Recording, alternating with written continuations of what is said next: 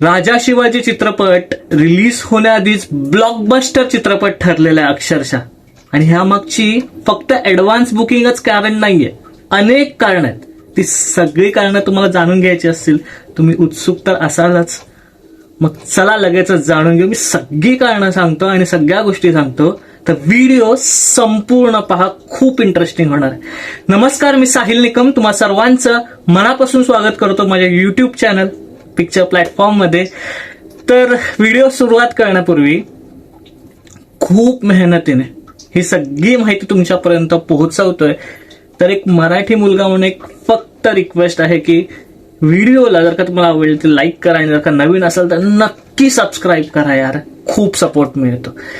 तर राजा शिवाजी चित्रपट हा रिलीज होण्याआधीच एक ब्लॉकबस्टर चित्रपट ठरलेला आहे आणि हा मागची अनेक कारण आहेत. सर्वात पहिला आपण ऍडव्हान्स बुकिंग कशी झालेली आहे ती पाहूयात.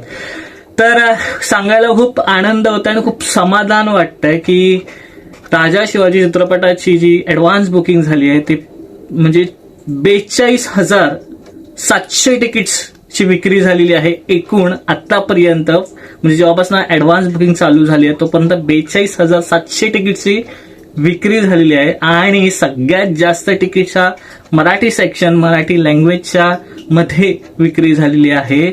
आणि त्यानंतर हिंदी, मराठीमध्ये जवळपास 40,000 तिकीटची विक्री झालेली आहे आणि हिंदीमध्ये 2,700 तिकीटची विक्री झाली आहे. म्हणजे टोटल 42,700 तिकीटची विक्री.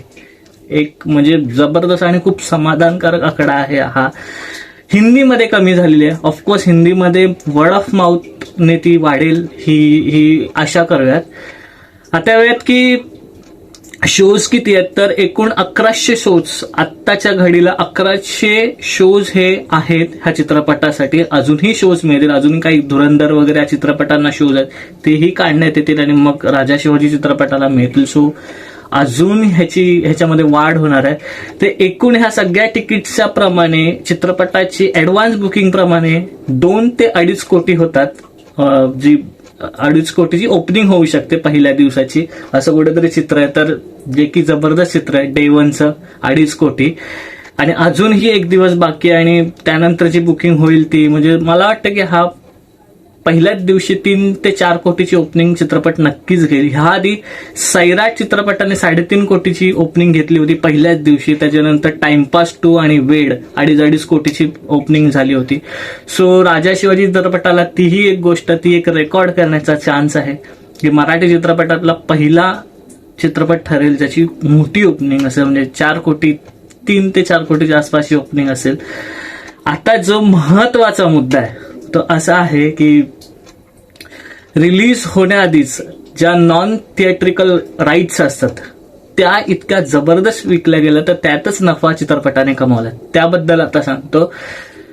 नॉन थिएट्रिकल म्हणजे आपण सॅटेलाइट राईट्स असतात, OTT राईट्स असतात, ते हक्क असतात, ते सुद्धा विकत दिले जातात, म्हणजे म्युझिकल राईट्स सुद्धा. तर सर्वप्रथम OTT राईट्स हे 95 कोटीला विकले गेलेले आहेत ह्या चित्रपटाचे OTT राईट्स. त्याच्यानंतर म्युझिकल राईट्स हे 28 कोटीला विकले गेलेत आणि त्यानंतर सॅटेलाइट राईट्स हे 70 कोटीला विकले गेलेत. म्हणजे एकूण 193 कोटीचा बिझनेस ऑलरेडी केलेला आहे ह्या चित्रपटाने, असं म्हणता येईल. सो हे खूप जबरदस्त चित्र आहे असं म्हणू शकतो.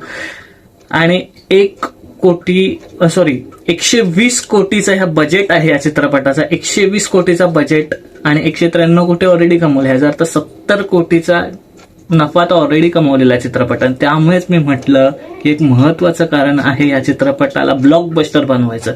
म्हणजे थिएट्रिकल रिस्पॉन्स जो येईल तो येईलच, पण ऑलरेडी हा चित्रपट एक ब्लॉकबस्टरच्या लिस्टमध्ये गेलेला आहे. त्यामुळे खूप छान, खूप समाधानकारक चित्र आहे.